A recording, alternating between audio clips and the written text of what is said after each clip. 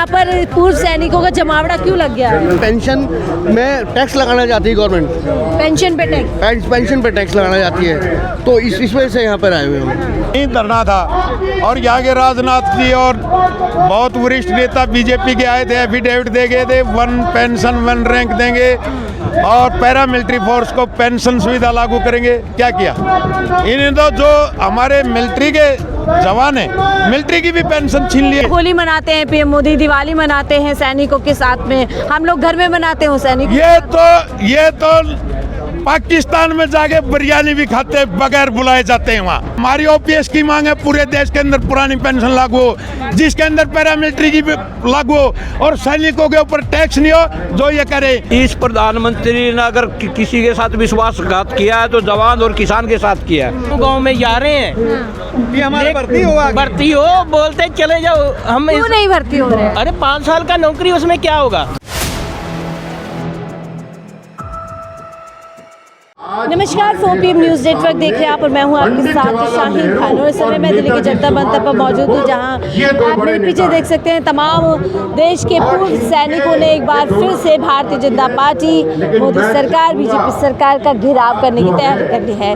कई मांगे इनकी है जो पिछले कई सालों से लंबित है, उन्हीं मांगों को लेकर के एक बार फिर से यहाँ पर घेराव किया जा रहा है। ये देश भर के पूर्व सैनिक हैं जिन्होंने एक समय पर देश की सेवा की और देश की सुरक्षा रक्षा के लिए उन्होंने अपना जीवन दिया, लेकिन अब ये तमाम मांगों को लेकर, जैसे सेफ डिसेबिलिटी पेंशन, ECS योजना, अग्निवीर योजना बंद करो, सैनिकों से मारपीट बंद करो, सैनिक जिंदाबाद, यानी कि जितने भी मुद्दे हैं, जितनी भी समस्याएं हैं सैनिकों से जुड़ी, उन तमाम मुद्दों को लेकर के कहीं ना कहीं भारतीय जनता पार्टी का घेराव करने के लिए यहाँ पर ये लोग पहुँचे। इनसे जुड़ते हैं, समझते हैं कि इनकी जो मांगे हैं वो क्या है और उसके पीछे इनकी क्या पूरी जो है समझ है। तमाम जो देश के लोग यहाँ पे बात करेंगे। कहाँ से आए हैं आप? अब दिल्ली से ही हैं। दिल्ली से ही हैं। तो आज यहाँ पर पूर्व सैनिकों का जमावड़ा क्यों लग गया है? ये जो हमारे जो सैनिक है ना हमारे, उन जिनको मतलब इंजर्ड हुए हमारे लड़ाई में किसी देश के प्रति, उनके लिए रखा गया। उनकी पेंशन में टैक्स लगाना चाहती है गवर्नमेंट, पेंशन पे टैक्स। पेंशन पे टैक्स लगाना चाहती है, तो इस वजह से यहाँ पर आए हुए हैं। बताइए। ये तो बहुत पुरानी मांग है आपकी, आप लोग बार बार उतरते हैं। तो ये तो अभी गवर्नमेंट जो है वो सुन नहीं रही है ना, बहुत पहले से प्रोटेस्ट चल रहे हैं। तो मोदी सरकार नहीं सुन रही है। हाँ, नहीं सुन रही है गवर्नमेंट। लेकिन मोदी सरकार तो दावा करती है सैनिकों का सबसे ज्यादा सम्मान वही करते हैं। वो तो अब आप भी देख सकते हैं कि क्या सम्मान है, क्या क्या क्या फायदा कर रहे हैं उनके लिए, आप भी देख सकते हैं। उसके लिए तो वो कहने की क्या बताइए क्या बोले उसकी सुने। अपनी होली दिवाली पीएम मोदी उन्हीं के साथ बिता देते हैं। वो तो दिखावा करते हैं खाली, वो कुछ नहीं है ऐसा। सैनिकों के साथ जो है दिखावा किया जाता है। और क्या, तो ये दिखावा ही है कि भाई उनकी जो मांगे हैं, मैं उनको ना ध्यान में रखते हुए और खाली होली दिवाली मना लें, ये अच्छा नहीं है। ये अच्छा नहीं है। त्योहार मना लेना, उनके साथ खड़ा होना, ये अच्छा है क्या? ये अब देखिए आप क्यों आप लोग आज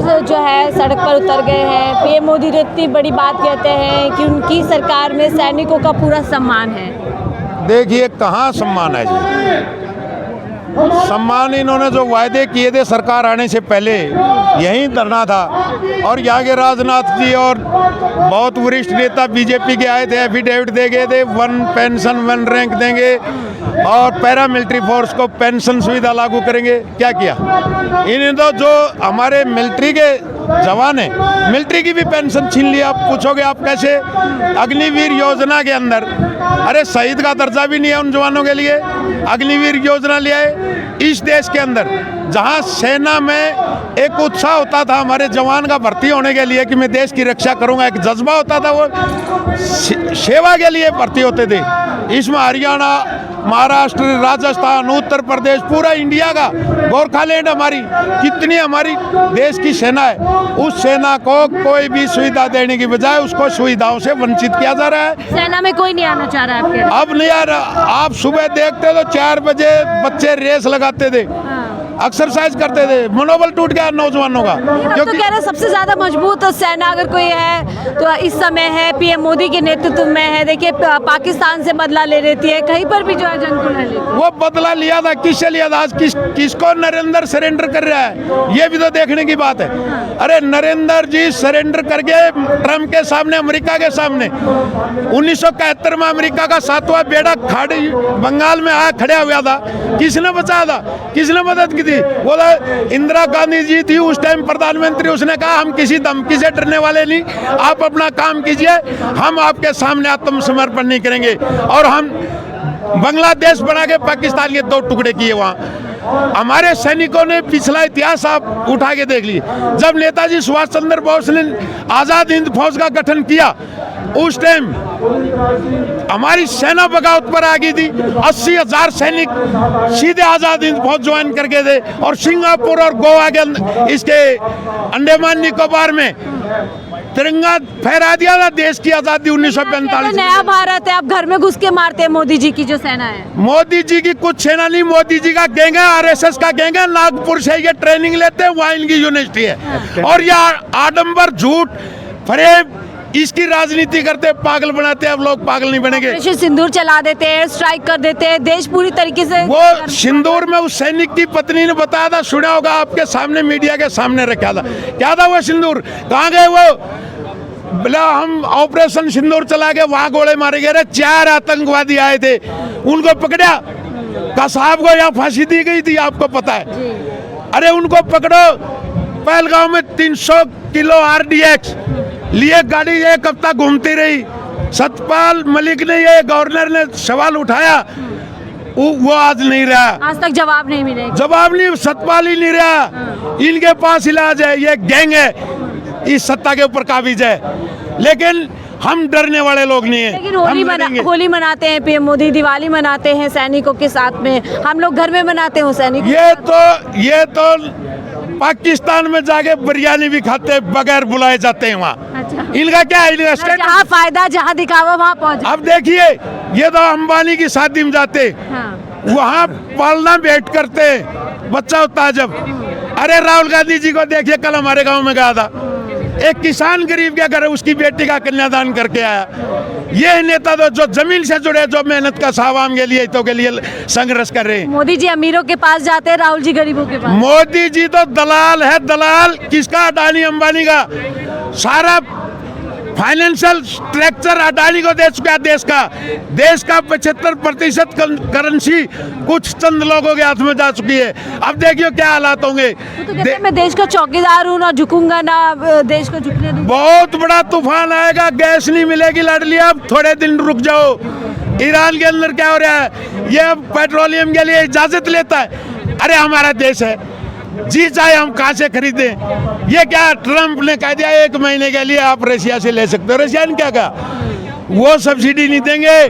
ट्रम्प के कहने से आया ना, तो आपको 10 रुपये पर डॉलर महंगा देंगे हम, वो बात गई। अब ये घुटने टेक रहा है। एस्टिन फाइल, अरे वो एस्टिन, वो दरिंदा जो 6-6 साल की बच्चियों को तंदूर में पका के वहाँ मांस खाता था, उसकी फाइल में ऐसे देश का नाश कर दिया, देश का सम्मान डुबो दिया। तो नारी का सम्मान करते हैं, नारी वंदना करते हैं। हाँ, नारी वंदना करते हैं। आपने देखा होगा ना कितने कांड हुए, जिंदा रात को जलाया गया, आपने पता है। प्रियंका गांधी, हमारे दीपेंद्र हुड्डा जी रास्ते में रोक लिए, आपने देखा है कितने कांड यहाँ हो गए। यूपी में, बिहार में, मध्य प्रदेश में, हरियाणा, तो आज अपराध का गढ़ बन गया।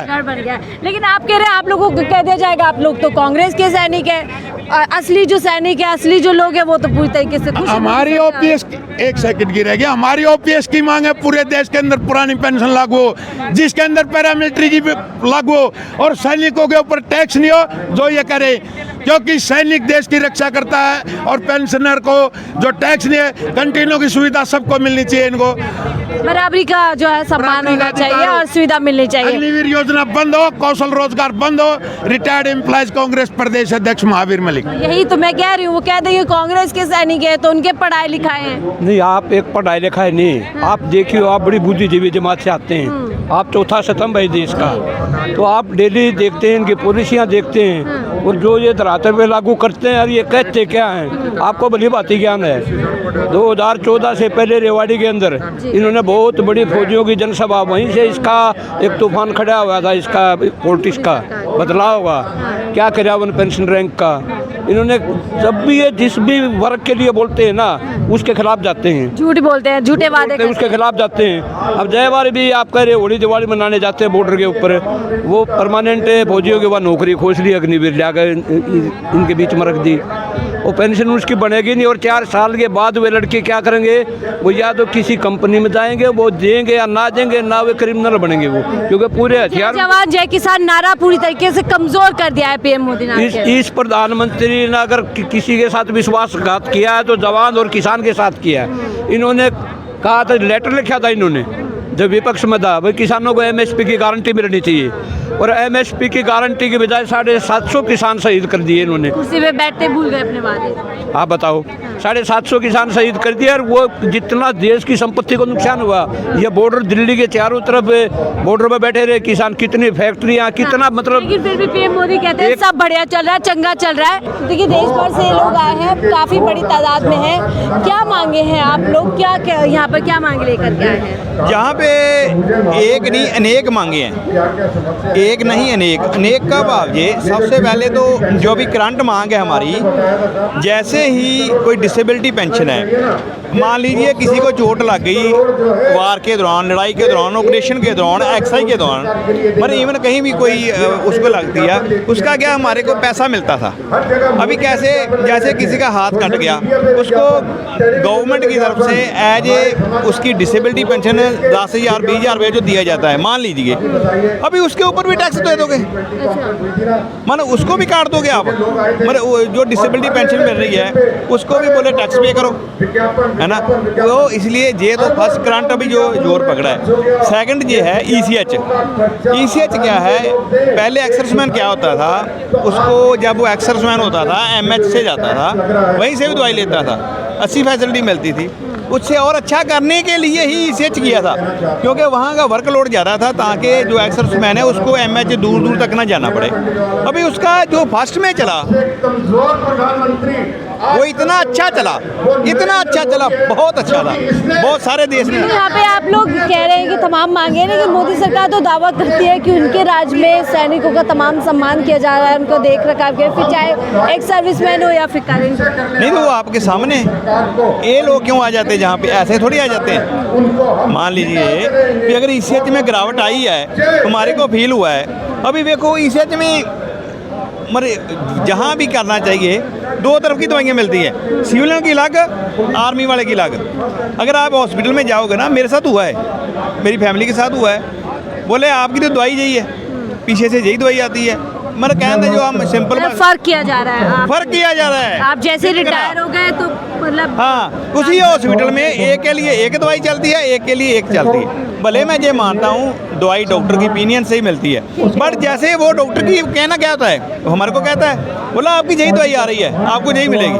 क्या पिछले कई सालों में क्या सैनिकों के खिलाफ, जो सैनिकों के लिए सुविधाएं होनी चाहिए थी, उनमें गिरावट आई है? आपके डाउनफॉल जा रहा है, डाउनफॉल जा रहा है, आप क्या कहेंगे? मैं तो ECH के बारे में कह रहा चाहता हूँ कि जैसे सिविल में 3,000 का दांत है बढ़िया, और ECH में लगवाया जाता है, उसको सिविल में भेज देते हैं, 1,000 वाला लगवाया जाता है। हाँ देखा, यही फर्क है। उसकी लो क्वालिटी होती है। मान लो ECH में दांत लगवाने गए थे, ये उसमें RCT करवानी है तो आपको खुद का पैसा दे के करवानी पड़ेगी, वो खाली दांत ही लगवाएंगे। पूर्व सैनिक हो गए तो इलाज भी आपके लिए जो है अदला मतलब, हाँ छोटा है, मतलब उसको वितकरा बोलते हैं ना, एक मैडम उसका है, अग्निवीर का है। अग्निवीर तो सबसे बेहतरीन अपनी योजना बताती है। नहीं मैडम, कहा भी पंजाब में दौरा लगाओ, कोई जर्नल यानी कि जो उच्ची जाति के लोग हैं भर्ती नहीं होना चाहते। अच्छा। अभी मैं कल आर्मड यूनिट में ठहरा था, उन लोगों ने बताया कि हम गांव-गांव में जा रहे हैं, ये हमारी भर्ती हो, बोलते चले जाओ। हम क्यों नहीं भर्ती हो रहे? अरे 5 साल का नौकरी, उसमें क्या होगा?